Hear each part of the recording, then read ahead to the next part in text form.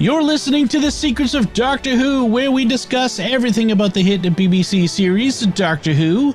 And today we're discussing the first Doctor story, The Time Meddler. I'm Dom Bettinelli, and joining me today on the panel are Jimmy Akin. Hey, Jimmy.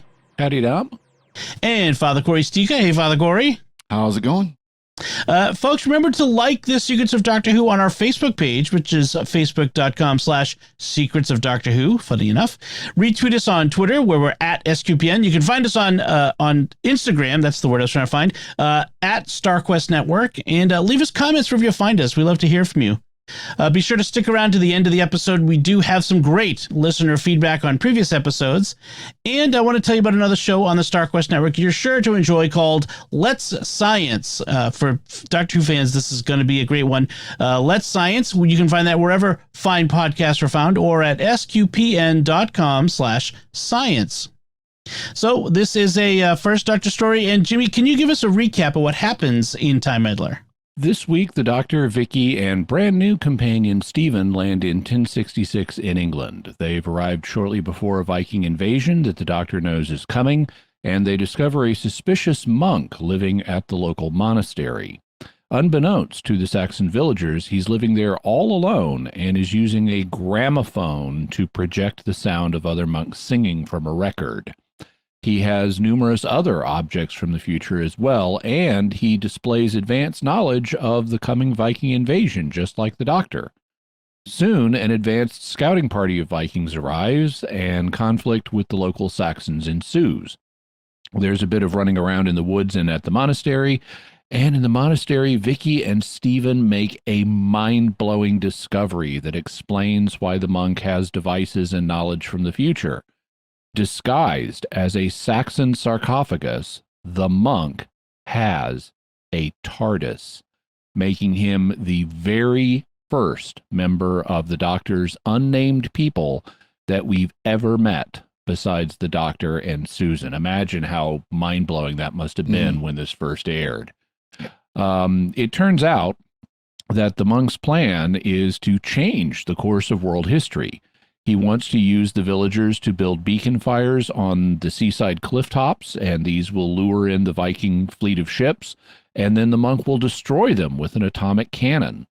Since he won't ever have to face the Viking fleet before facing William the Conqueror, King Harold of England will win the Battle of Hastings, so William the Conqueror and the French will never take over England, and the monk will be able to guide a new, more peaceful Europe to develop beneficial technology more quickly.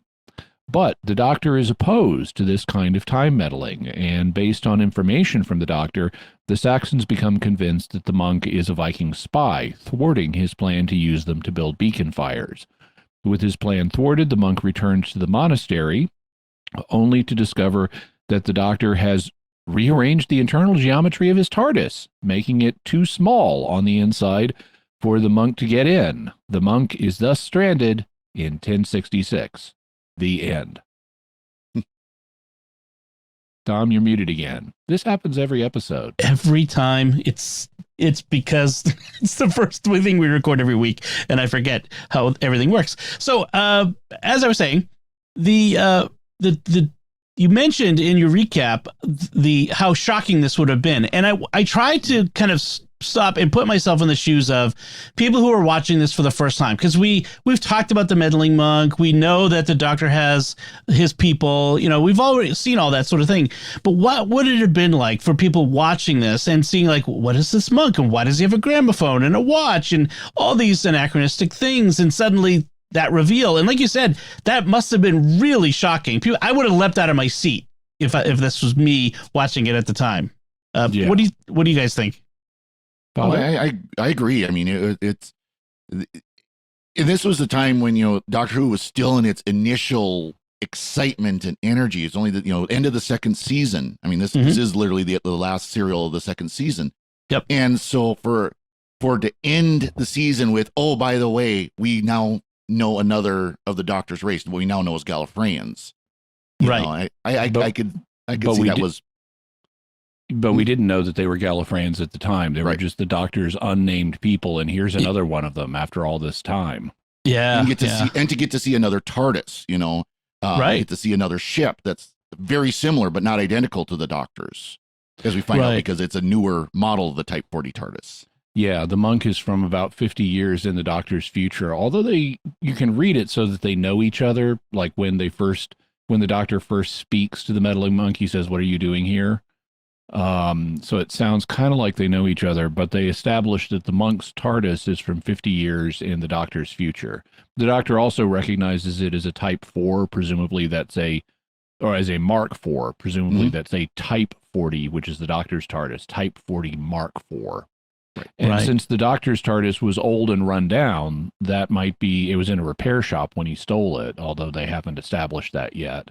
That could explain why he recognizes the monk's TARDIS, even though it's a more advanced design. Yeah, I was thinking it must be very confusing to be a time-traveling people, and, you'd be running into people who are, like, from past and future all the time, I would think. It would be very weird and very confusing, including regenerating. That would add another level to the confusion. So this is also, there's several firsts about this story.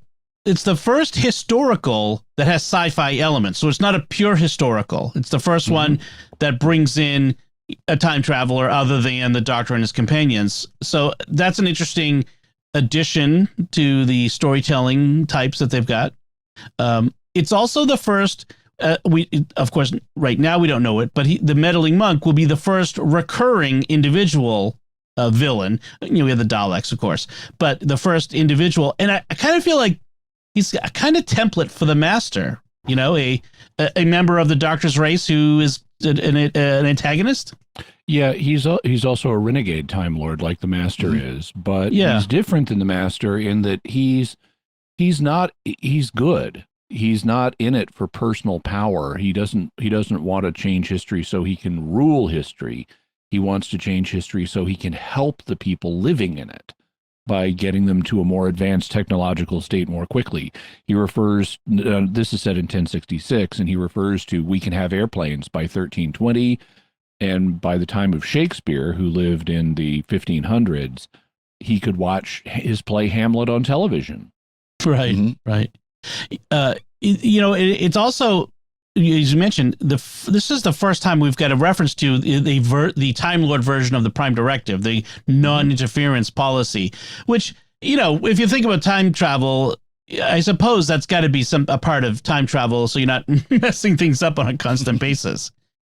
So, depending on how time travel works, but sure. One of the things this episode does is it establishes that sometimes, at least, history can be changed, that time can be rewritten.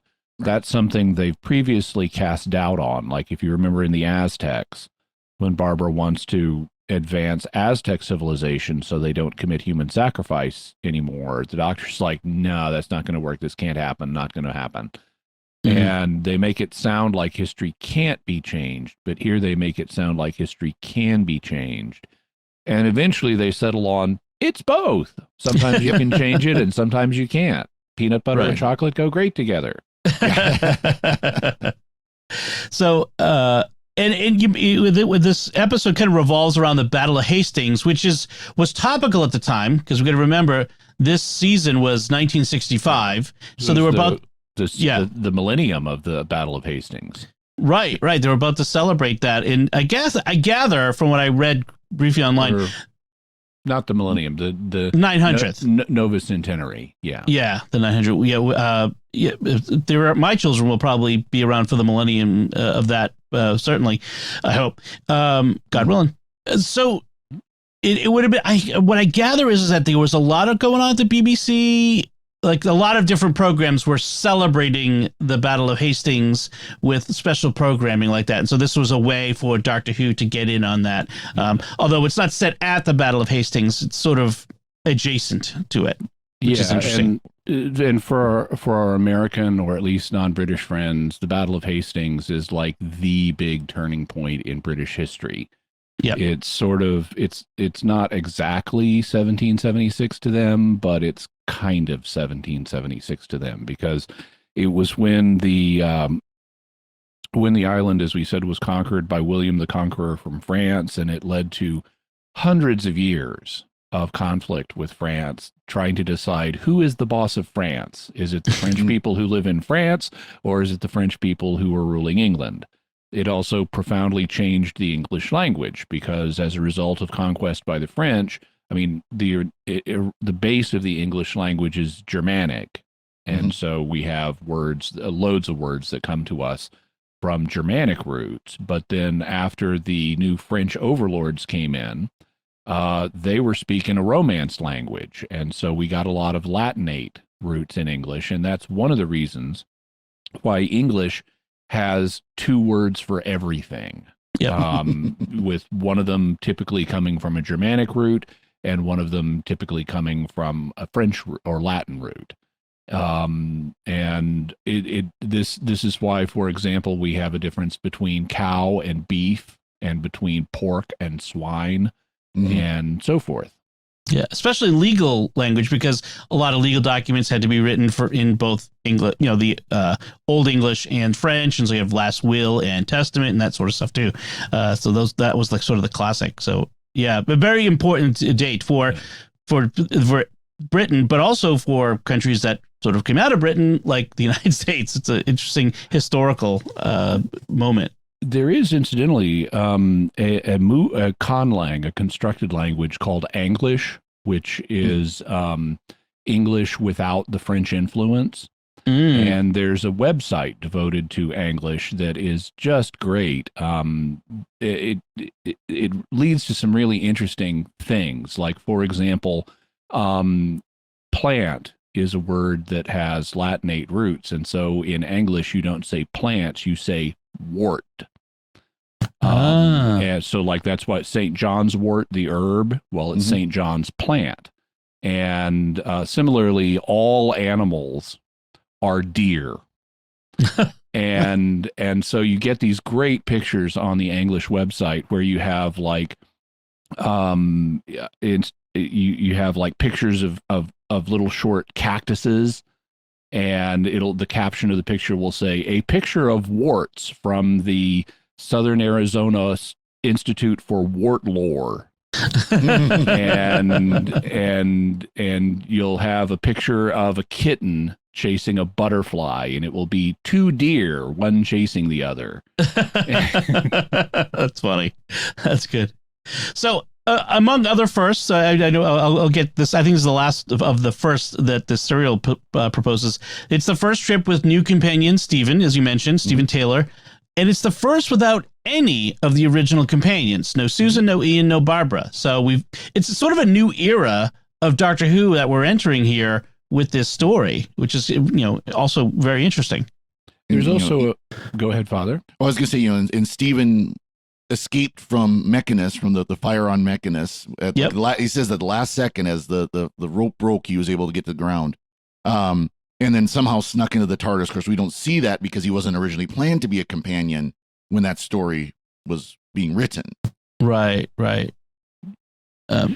There's also another production first, which is at the end up to now. They've always given us a next episode teaser, at least on screen, next episode, and it'll be the title of the next episode. But they don't do that this time. Instead, they give us a spacescape with kind of distorted or visually processed versions of the faces of Stephen, Vicky, and the Doctor appearing in sequence against the spacescape. And so we're not being teased for the next season. Is it because they weren't sure there was going to be a next season? Well, I know there at least were rumors that it might have been canceled at this point, or they weren't sure, but I think they did know. I think those rumors are inaccurate. But they may have just not planned for it, or they may have decided we're going to move away from that, because it was the first 2 years were very much episode to episode. They didn't even have story titles. They had episode titles, but the first episode is An Unearthly Child. It's followed by, 100,000 BC.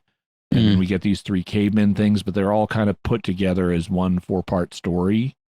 That today is called An Unearthly Child. And so in hindsight, what they typically would do is take the titles of the individual episodes that form a complete story and pick one of those as the title of the overall story. But originally, overall stories did not have titles. It was just, this week's episode is called this, and next week's episode is called that. Mm-hmm. Right. Yeah, that is true. That's true.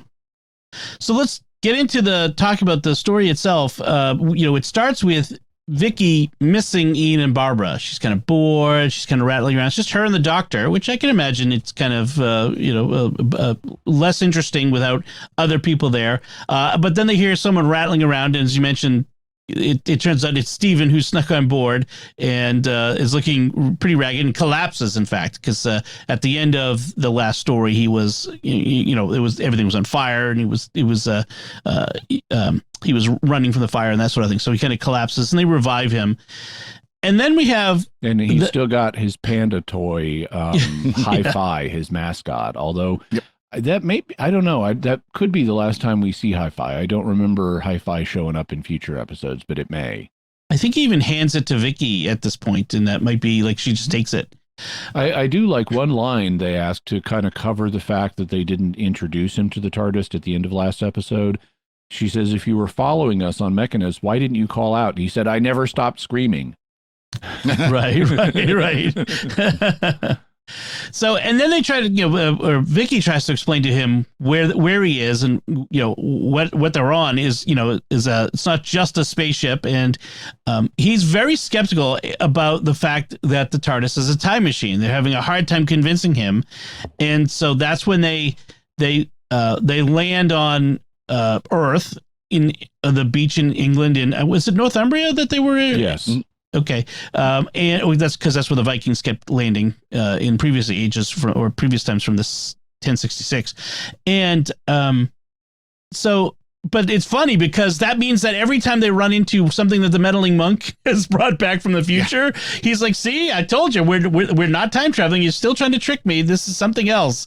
Well, and that plays an interesting role for the audience, because the audience knows the TARDIS is a time machine. So when Vicky and Steven are in this primitive looking environment from a 20th century perspective, and all of a sudden here's a wristwatch, and Steven holds it up to Vicky and says, "Still want to tell me this is 1066?" He keeps saying the 10th century, which makes no sense because this is the 11th century.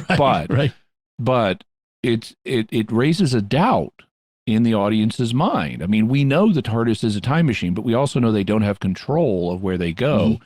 So where are they now? Why is there this mix of the primitive and the technological? Could it be that they're in some kind of like historical recreation and really they're in the 20th century? Yep. Could it be this is some kind of science fiction history park, and they're in the future? What's going on with this weird mix? And eventually, you get the revelation, it's because of another, and we don't have the name, but it's because of another Time Lord. And that brings it all together, all the anomalies together, and it's like the conclusion of a magic trick. It seems unpredictable that it's going to be a member of the Doctor's race, but once you see the reveal, it also seems inevitable. And that's that's the classic magic trick, the one that is unpredictable, but in hindsight, inevitable. Well, and we had seen in the chase where the Doctor thought, we're in, some horror universe or horror alternate universe or whatever. And it turns out it was basically a fun house, a horror, horror house or something like that. That it was just a trick that he didn't understand. So I mean, it's something they could play off of and say, well, maybe this is what's happened again. We've landed in a like you said, like a theme park or something like that. Yeah. Mm-hmm. Yeah, the Doctor's theory in that case was they'd actually landed inside the human mind. That's right. And they will actually eventually go to far in the future, many seasons away, right? A fictional world, right? The land of fiction. They do go to the land of fiction. Yes, that's in the second Doctor's time. Okay. So meanwhile, they're on the beach. One of the things I like is the Doctor kind of picks up this helmet. With horns, and he says, "Oh, look, see, I told you it's a Viking helmet." But Jimmy, as we and Father Cory, as we know, Viking helmets didn't actually have horns. That's just not a thing. That was an opera thing, I think, actually. Viking helmet with horns. Yeah. Well, I mean, obviously, it's not a space helmet for a cow. Right. That's what the doctor that says. has become a famous line in Doctor Who, and there's a couple of books talking about the production of Doctor Who. Yeah. Yes. With that title. I was going to mention, at least this scene gave us, what do you think it is? A space helmet for a cow? And, and that gave us the name for the excellent comedy history of Doctor Who books. Right. Yeah, there's a 2-volume set that's out there. Yeah.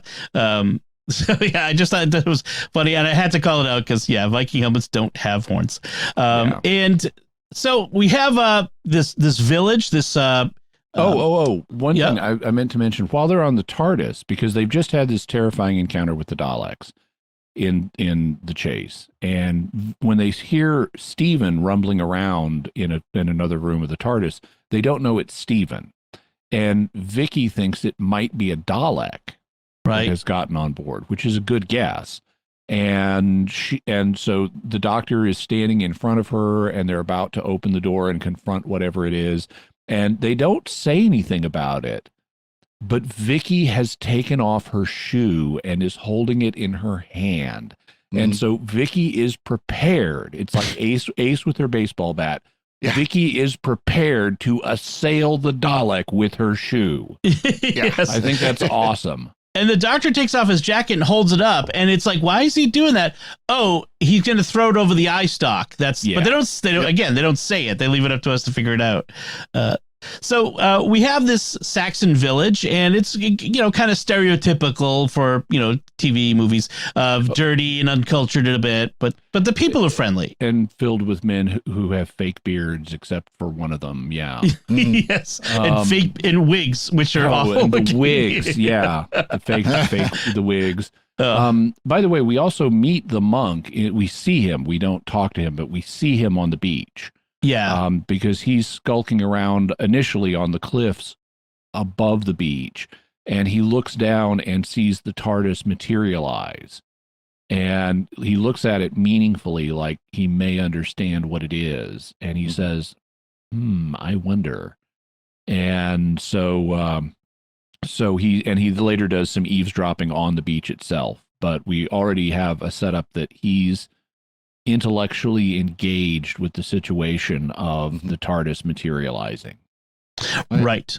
I love the scene where he's sitting there listening, and he's sitting behind a rock, hiding behind a rock, and the doctor's leaning on the rock, and he's plinking, I think it was the doctor, plinking little pebbles that keep falling down on the monk, not realizing it. That's right. Yeah, that was good. And so, we hear the monastery nearby. We hear, monks chanting, and the monk is running around, and he keeps looking at his wrist. He pulls up his, the sleeve of his robe and looks at his wrist. We don't know why at first, but he's like, but I would look at my watch, right? What time is it? And so, but he doesn't have a watch on because Dom wears a watch. How quaint, a wristwatch. But the monk lost his Apple Watch. Yeah. And then, so, by the way, the woman in the village that we see first, Edith, is played by the same actress who was one of the cave women from an Unearthly Child. And she's got a much better part now. Oh, yeah. Oh, man, those not as screamy. Those cavemen episodes are painful. An Unearthly Child is great, but the 3 that follow it are terrible. Edith is a much better role, and she's a competent woman. She's a kind woman. She is intelligent. She does things to advance the plot. I like how in her initial encounter with the doctor pumps her for exposition to find out what year we're in and where we are. But he does it in a way that's oblique. Instead of just walking up and saying, "What year is this and where are we?" He's more subtle about it, and he'll make references to things and let her correct him, thus giving him the information he's actually after. So he's like deliberately making mistaken guesses just so she can correct him. And then the doctor kind of gives a little bit of a monologue to kind of tell the audience what's going on. It's like sort of talking to himself, but what he's really doing is, in the script, informing the audience what's going, where we are and what's going on. Yeah, although actually one of those speeches he gives like that, where he mentions the Battle of Hastings, I think this is a later speech where once he's realized the monk is planning to change history, but he gives a speech about the Battle of Hastings and what'll happen, and it's just an aside to the camera. And that was all William Hartnell. It was an ad lib that he did ostensibly to be helpful, to make sure the audience got the point, but it was actually less subtle. It was more blunt than the producers expected, and it was not in the script. And so they thought it was unsubtle of him, and they would have refilmed it, but couldn't for some reason, for a technical reason or something. Interesting. Yeah. Also, we have like speaking of first, there's like a new, I don't know, showrunner. There's a new high up official in this one who was making changes, and William Hartnell didn't like them. And so he reportedly in rehearsal for this story, he pretended, that's the word I've seen. He pretended to throw a tantrum. Yes, pretended. He is an actor, so it's like, okay, I don't like this, I better lay down some boundaries. Okay, I guess I'll have to throw a tantrum. And then you do use your acting skills to fake a tantrum you're not necessarily feeling. Right. And William Hartnell, he's only in 3 of these episodes of the 4 of this serial. He takes the second one off. He's apparently took another holiday. He recently done that too. We hear him, so he's get some voiceover recordings like from inside a cell, but we don't see him in this. So he does take some time off. So we have this scene where Vicky and Steven got separated from the doctor. Vicky and Steven were going to climb up the cliff. The doctor's going to walk around, and they're basically separated at this point until the 3rd episode. They don't get together again. And we also have TARDIS separation because the Tide comes in and covers up the TARDIS. That's right. So Steven ends up attacking this poor, local who'd been out hunting, who found the wristwatch, and he attacks the guy to get the watch from him. And then Vicky is like aghast at this like aggressive action. I mean, Steven's much more aggressive than Ian ever was. He is from like three centuries less far into the future than Vicky is. So Steven's a savage to Vicky. That's right. He's also a soldier, so yeah. And I guess we're trying to establish, like the writers trying to establish the difference between Ian and Steven, maybe a little bit. Well, maybe. I think it's really, I think the same thing would have happened with Ian. The key thing in this scene is he needs to get the watch. Right. And they need to have some action in the show, and they need not to have a lot of dialogue with this hunter, because you got to pay people if they talk on camera. That's right. And so it's an easy way, he sees the guy looking at the watch and it's like, hey, give me that, and runs after him, and the guy resists. He tackles the poor guy and they're rolling around on the ground. So then we have, the monk takes the doctor captive. The doctor goes up to the monastery. He's hearing Gregorian chant, but he hears it wind down. So the monks are like, Jesu Domine Donis Requiem. He hears it like slow down and speed up, and that tells him that something fishy's going on at the monastery. Right. And so we have this scene. So the doctor's imprisoned in this cell in the monastery, and we have this scene of the monk preparing breakfast for the doctor, and he's got a toast from the toaster, and he's making tea, and we see the gramophone. He's got an electric fry pan, which are awesome. Those will cook hamburgers in no time. Yeah, I mean, he must have a generator somewhere, I guess. But he's pulling the energy from his TARDIS, because later on we see a cable coming out from his TARDIS. Oh, yeah. That's right. And it's funny because it's all this mid 20th century technology. It's not, far advanced. It's, and not even like 1965 for some of it. With one or two exceptions. Now, we later see on board his TARDIS, he has a whole collection of artifacts from all across history. Yeah. But I made a list of the ones that he's taken out, or at least the ones that I saw that he's taken out. He's got a wristwatch, a phonograph, a toaster, an electric fry pan, binoculars, snuff in a snuff box. So more evidence of Time Lord tobacco use. The Doctor smoked a pipe in the second episode, and now the monk is taking snuff. He's also got a medicine chest, including penicillin. He has a slide rule, which is so mid-20th century. And he has an atomic cannon with tiny neutron bombs. Right. Which is a little more advanced. Yes, I guess that's true. So the Vicky and Steven end up getting captured by the villagers.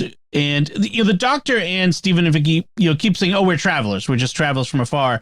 But the villagers are getting suspicious because Northumbria was constantly being raided by Vikings. That was one of the historical facts of that area. And if you've watched the TV show The Vikings, you would know that. So they're suspicious. They may be spies. Yeah, because they're very strange travelers. They're dressed strangely. They're not like people from the next village or something, and they're not carrying supplies, right? They're like scrounging off the land, which is what Viking spies would do. Yes, and or as we see, pillage. So but the villagers, I see, especially Edith and her husband Wolnuth, I think it is. Yeah. They're very generous to the travelers, which was true of the time. Is you would be generous, hospitable. You would give food to people, and giving food to two sets of strangers and the monk, because we have a scene of them bringing food to the monk in the monastery. That's no small thing, given how close to starvation most people throughout history have lived. Right? I mean, that's just a fact. Most people live barely above starvation level, and sometimes below it. Well, I was amazed. Not only when Wolnuth tells Edith to get them some food for their journey, she goes in and she gets some like fried chicken legs and is putting them or boiled chicken legs or something, and she puts them in a cloth napkin, right, and hands it to them, and I'm like, you're giving a piece of cloth to these strangers? Wow, you are super generous. Right, yeah. Cloth was. I mean, I just give them like, here, have some chicken legs. Yeah. Well, here's some leaves. And this isn't like today where we can go to the grocery store, we can go to, Walmart or whatever and pick up what we need. It's, like for food, there's a reason why root cellars existed. To preserve food. There's a reason why pickling existed. There's a reason why things like jerky were created to preserve food. Heck, that's why one of the reasons why beer was created, to kind of help with that preservation of the resources that they have, because they'd only get it at time of harvest. Oh, I thought you were going to say the preservation of the people who drink the beer. Okay. Well, that was the mead. We saw that with the Vikings and the mead, but yeah. Well, and that's so everything they give, they have to grow or cultivate themselves, and that's one of the nice things is I've seen and even experienced, even in their poverty, poor people are often the most generous, because they know how close the line is to between life and death. And so I like that they include that here. There's a hospitality ethic in cultures that live close to the edge, because anybody who gets isolated from their home is going to need help. And so there's an understood conscious social obligation to help the dislocated. And then when Steven and Vicky are leaving, the villagers wish them "God be with you," and they respond in kind. So that faith element as well. So then we start to see the Vikings. This is 500 years before the Reformation. We don't got to worry about Protestants. That's right. So the Vikings show up. They climb the cliff with grappling hooks, and we have this one Viking we don't see again, but he's got this awesome helmet, not with horns this time. Oh, yeah. But it actually, I have to say, I've seen actual Viking helmets in a museum here near where I live in Mystic, Connecticut, and it actually looked a lot like some of the helmets I saw. So that at least was somewhat accurate. But it's a recon force ahead of Harald Hardrada's invasion force. That's the Viking king who's invading at this point, and so they're going to scatter in pairs, or in groups, Small actually parties. small parties. There's 3 of them that we follow to kind of scout out the land ahead of the landing force to find out where they should land. And they're to keep quiet. They're not to be noticed. Of course, they don't do a very good job of that. So, well, they attack Edith. That's going to get noticed. Right, and there's a strong implication, without saying it, that they have assaulted her in as Vikings were wont to do. Oh, I didn't get that. She's sort of semi-catatonic when she's discovered by her husband afterward. Yeah, I took that as there, because when she is initially discovered, she's totally catatonic. And her eyes are open, but she's not moving or emoting or anything. And I took that as, oh, she's dead. They've killed her. And then it turns out she's not dead. She starts moving and talking again. Yeah. And I took that to just be, oh, okay, this is typical 1960s television. It's a death fake out. Oh, maybe. Yeah. I kind of took, anyway. I kind of took it like Tom too. Now they did show her with like a big bruise that she was, cut and bruised and everything. So they obviously did physically assault her. Just how, I kind of took it as Dom did too, is that they went more than just physical assault. Right. The way they drug her in and everything. Yeah. And the implication of Vikings. Right. Well, it could be. Yeah.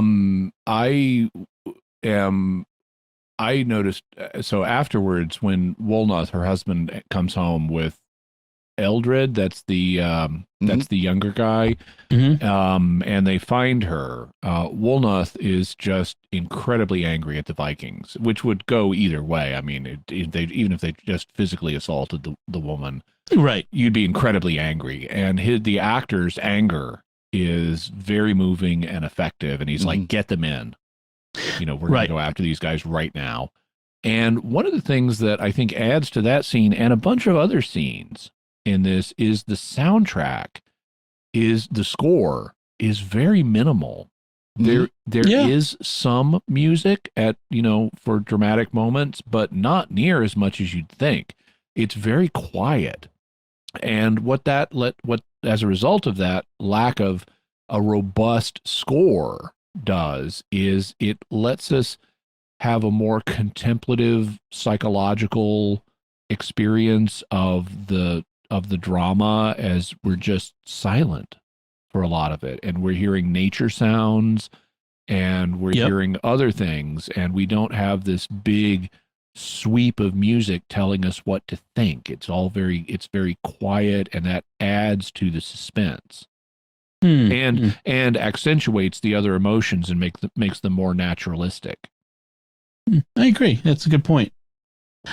Stephen and Vicky have gone up to the monastery to they're tracking the doctor, trying to find him, and they have this little battle of wits with the monk. But I have to say, Stephen and Vicky, maybe not make your plans for how to outwit the monk by right outside the door where he's standing behind. Maybe move out of earshot in full voice. Yeah.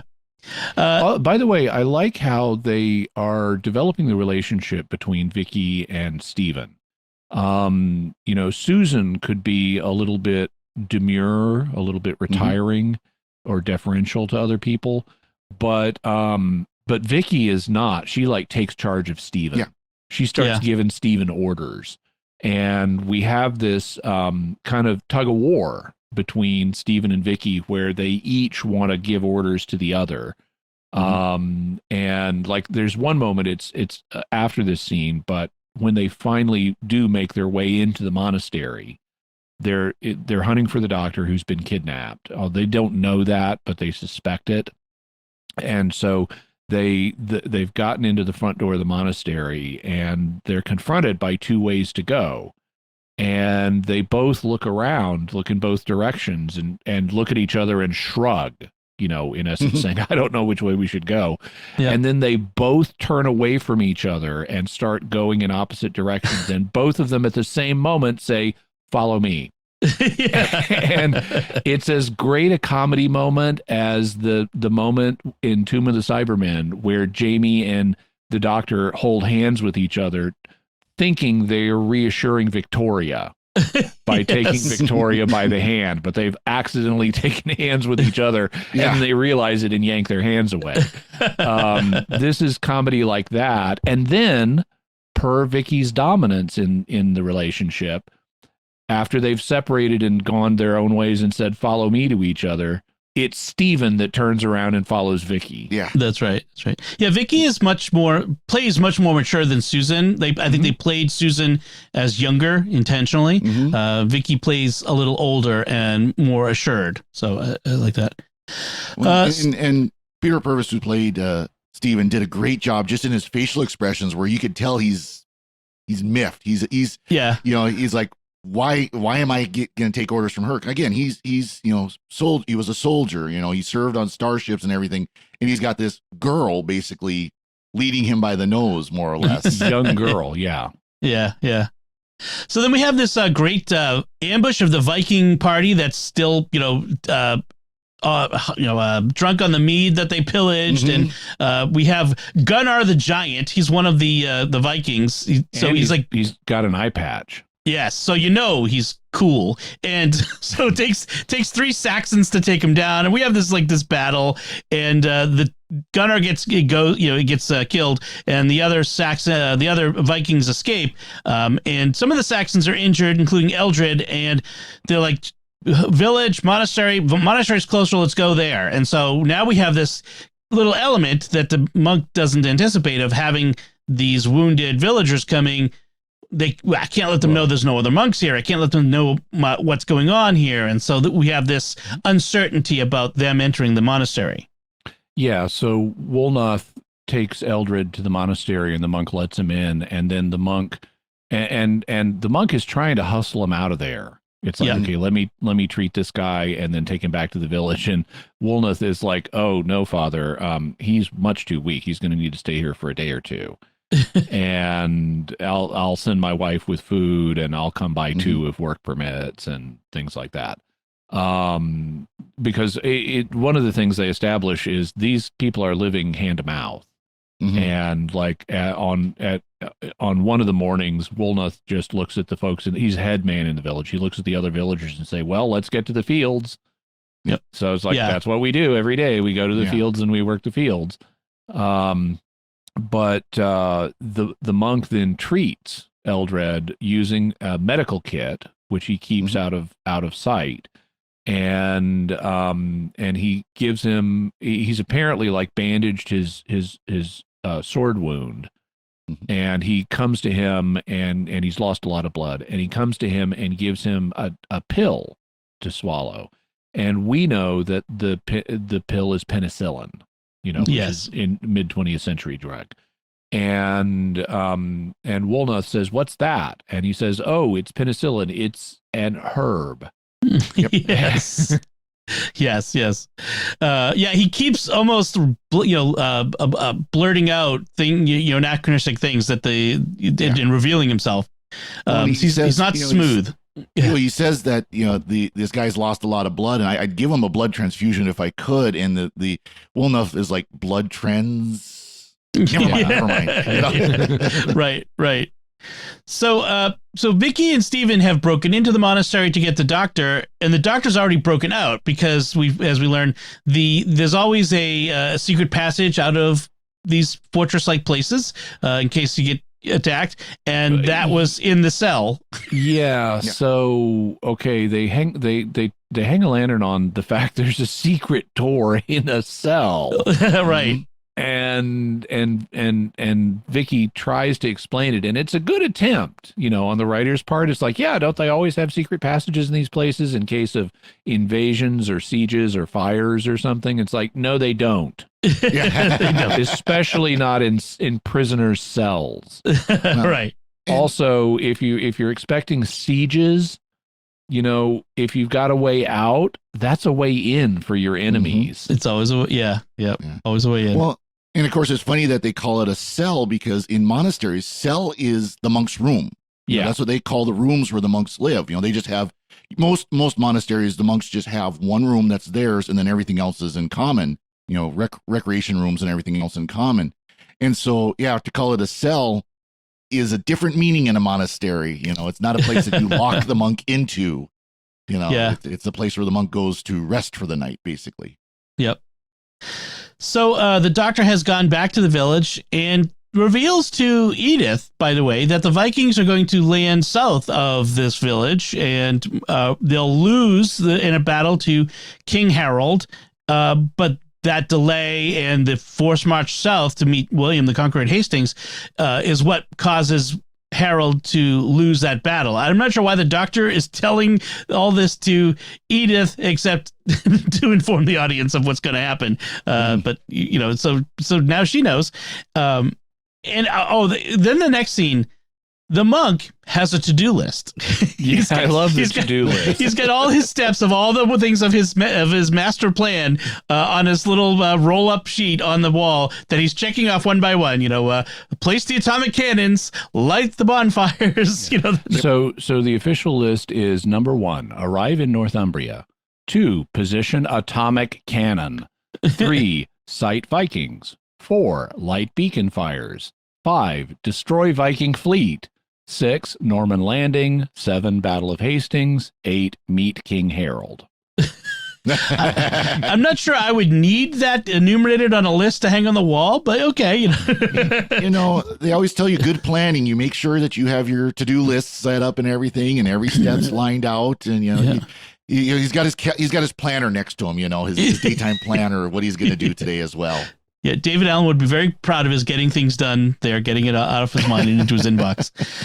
So the doctor manages to get the drop on the monk at one point, and he's got him at sword point and kind of forces him in. And but then the Vikings show up, and so the doctor has to put on a monk's robe in order to sell the ruse, to, you know, so the Vikings don't clue in it. But the Vikings end up then turning the tables on the doctor, and the monk gets away for a little bit, but he gets captured too.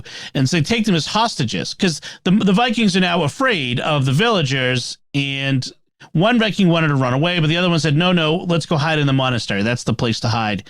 And we can take hostages. Yeah. But then the doctor, we have this, you know, back and forth. So the doctor and the monk then get the drop on the monks and on the Vikings and tie them up. And that's when we get to this point where, Vicky and Stephen are in the chapel, and the sarcophagus, I took it to be an altar at first. So did I.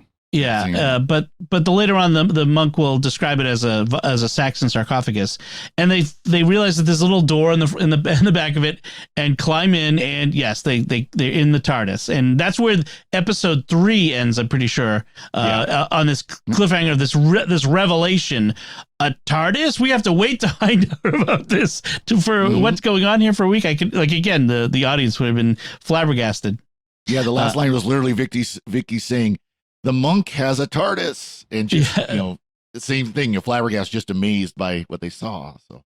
So, and that's where they discover that the monk has this private collection of historical stuff from throughout history, but also conveniently including a neutron bomb, including some neutron bombs, a bunch of them, and conveniently his diary. So that's pretty good. According to the diary, he put Da Vinci up to powered flight. So he's the one who gave Da Vinci the idea of powered flight, and set up a bank account in 1968 and collected that and the compound interest 200 years later, which would be quite a lot of money in 200 years of compound interest. Yeah, although interestingly, this must have been some super secure bank he put it in, because so if he deposits the money, as the diary says, in 1968, and he comes back 200 years later, that's 2168. Well, the Daleks took over Earth in 2150. So, and they've already established that. That's Susan's departure. Right. So, this is some super secure bank that survived the Dalek invasion with its assets intact. Maybe that's why he made so much money, is because it was like one of the few banks that actually survived the invasion. Right. This reminds me of that Star Trek Next Generation episode where the rich American with expecting his bank to be with all the compound interest to be available. Oh, it's a very prestigious bank. It should be fine. That was a little different circumstance. First season finale, The Neutral Zone. That's right. Yep. Yeah. The monk also claims to have used an anti-gravitational lift to build Stonehenge. Right. He takes credit for that. And so the doctor declares him a time meddler. You are a time meddler, which must be a thing among the doctor's people, and says the golden rule is never interfere with the course of history.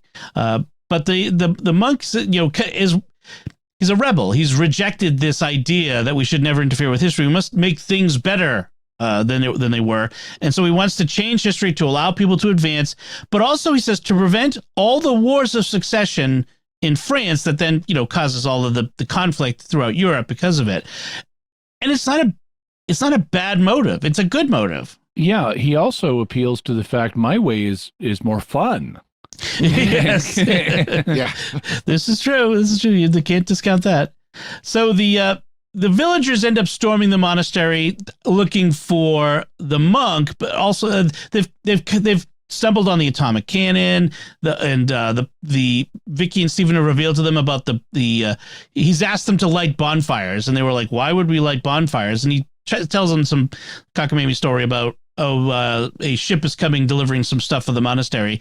But they've become suspicious, and they think the monk is now a spy for the Vikings because he's recently arrived. And so maybe he's a spy for the Vikings. Yeah, and they say that the monastery is long abandoned, but a few weeks ago, a group of monks took up residence in it, although we've only ever seen one of the monks. Right. And implying that there is only one monk with a gramophone. And, so the villagers end up storming the monastery, find the Vikings, and as you mentioned, the doctor sabotages the monk's TARDIS by removing this component. We don't know exactly what it does at first, but he leaves a note for the monk, and the sabotage is that the TARDIS is now as big on the inside as it is on the outside, in the sense of it's made smaller to fit inside the sarcophagus shape, and the monk can't climb in. Yeah, it may even be smaller on the inside than the sarcophagus is, because you could get inside a sarcophagus. That's what they're for. Yeah, but the implication is the monk cannot get in to the TARDIS afterwards. Yeah, when we see the monk looking inside the TARDIS, his face basically fills the entire door. Right. Which so it's not like he could squeeze in and still try to do something. It's kind of like the opposite of Flatline in one sense. We just talked about that. Yeah. It's I was going to mention it's like Flatline, where we have TARDIS geometry things, and an earlier episode of the First Doctor, Planet of the Giants. Oh yeah. Where the TARDIS itself and everyone in it shrinks. So I love these episodes where we play around with the geometries of TARDISes. But here, it's similar to those, and it's one that he, at least theoretically, should not be able to get inside. Right. And although I like the way they thought about it too, is where the doctor tied a string around the component, the dimensional stabilizer, and went outside and pulled it out from outside, so that they weren't trapped inside of it. Right. Very clever. Very clever. In theory, shrunk by it or whatever, but right. So that means like we mentioned, the monk is now marooned in 1066 for now. Of course, Time Lords always have a way of getting unmarooned, apparently. And Vic, in the monk's next appearance, which is in the Daleks' master plan, they will address how the monk got out, and it's just a line of sci-fi technobabble about how he got around the problem. Okay. And then Vicky gives the doctor the bad news. Oh, the TARDIS was washed away by the tide. And the doctor says, TARDISes do not get washed away by the tide that easily. They are actually pretty resilient. They're apparently rooted to the spot if water hits them. But if a bunch of peasants pick it up, they can slap it on a cart and take it away. Yeah. Yes, we have seen that. Yeah. And we've seen Weeping Angels rocket back and forth. That was the other one. So and that's where this one ends, and the end of that season as well. So any final thoughts, Father Cory? So kind of one interesting thing for the time when we're recording this, it mentions that good King Edward had died, Edward the Confessor, Saint Edward the Confessor. Yeah. Last week was October 13th, which was his feast day in the traditional Latin calendar. Yeah, that's right. It's also Chris Carter's birthday from the X-Files. Cool. So it was kind of a cool coincidence to watch this right after his feast day. I believe I don't think he's got a day on the new calendar, but he did on the pre-Vatican II calendar. My parish used to be St. Edward's Parish years ago, but it's now St. Edith Stein because the miracle for her canonization occurred in my parish, which is a whole nother story. Oh, cool. Yeah, yeah, I'll have to tell that one sometime. But yeah, I have an affinity for St. Edward too, so that was pretty cool. All right, Jimmy, any final thoughts? I like when the doctor and the monk first meet. The doctor gets the jump on the monk and comes up behind him and has a stick, like from a tree, a tree branch, and pokes him in the back with it and says, don't turn around. I've got a Winchester 73 in your back. and it's another, okay, if this guy were not from elsewhere, he wouldn't know what a Winchester 73 is. But I think actually the doctor says, I've got it pointed at your spine. Yes. Yep. Yeah. But so you could end up paraplegic if you don't do what I want. Right. But I love the doctor totally intimidating and taking somebody down with a stick. It's like when the 11th Doctor takes down the Daleks with a jammy dodger. Yeah. Well, and then when the monk does eventually see the stick, the doctor is he doesn't, he's not deterred. He says, I can still beat you with it, basically. Yeah. So, yeah, that was good.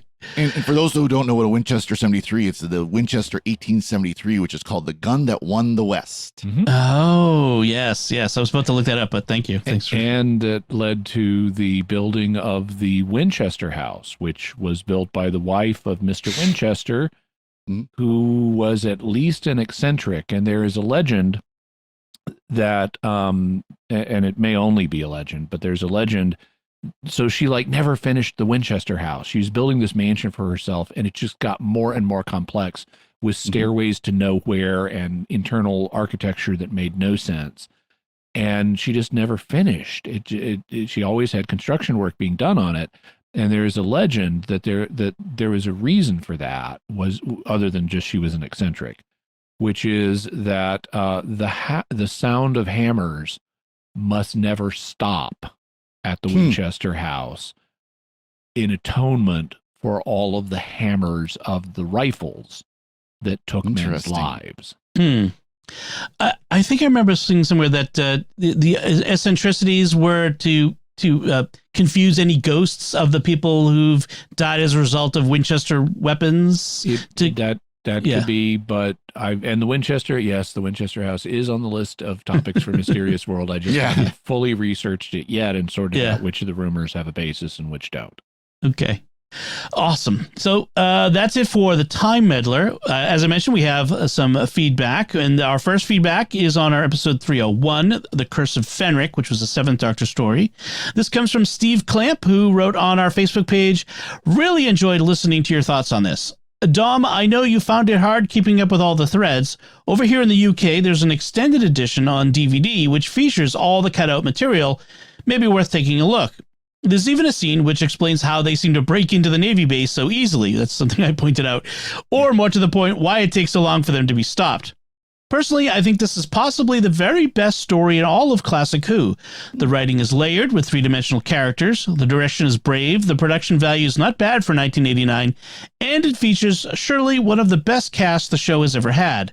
Such a shame Classic Who was reaching new heights just as it was canceled. I can only wonder what could have been in a season 27. Yep, that's true. And but incidentally, with those extra extended scenes, there's a website I refer to all the time when we're doing these shows, chakatea.net. I'll see if I can put a link in the show notes that has transcripts from all the episodes of Doctor Who Classic and New. And the person who does that site often includes those bits that have been cut out over time from the versions that are available. So that sort of stuff is in there. So that would be excellent to check out if you're looking for that sort of thing. Yes. All right, and then our other feedback comes from episode 302, In the Forest of the Night, the 12th Doctor story. This comes from Paul Leone, who wrote on our YouTube channel, good episode of the podcast, if not of the show. I have to slightly disagree with you regarding Raiders of the Lost Ark. Indy's presence or absence has no impact on the big picture, but if he hadn't been there, Marion would have died, either once the Nazis got the amulet or maybe at the opening of the Ark. Hope the next story you cover is more enjoyable. Thank you, Paul. It was. Very good. I'm glad I didn't have to watch that one. I'll be honest. You totally bailed on us, dude. Oh, I had something going. I don't remember what it was, and it doesn't matter. I didn't have to watch it. I had a meeting. We had a priest meeting up, but it was just like, no, I'm glad I don't have to watch this one. Yeah, not one of the best. All right, so that'll do it this time. Before we go, we'd like to take a moment to thank our patrons who make it possible for us to create The Secrets of Doctor Who, including Kelly B., Max S., Mark R., Rochelle K., and Jason H. Their generous donations at sqpn.com/give make it possible for us to continue The Secrets of Doctor Who and all the shows at StarQuest, and you can join them by visiting sqpn.com/give. And we'd also like to thank Victor Lambs, who edited this episode. So we would love to hear what you think of this first Doctor story, The Time Meddler. You can let us know by commenting on the show at sqpn.com or the Secrets of Doctor Who Facebook page, or send an email to drwho@sqpn.com, or visit the StarQuest Discord community at sqpn.com/discord. We'll be back next time when we'll be discussing the 12th Doctor story, Dark Water. Until then, Father Cory Sticha, thank you for joining me and sharing The Secrets of Doctor Who. Thank you, Tom. Jimmy Akin, thank you as well. Thanks, Tom. And once again, I'm Dom Bettinelli. Thank you for listening to The Secrets of Doctor Who on StarQuest, and remember, what do you expect? A space helmet for a cow?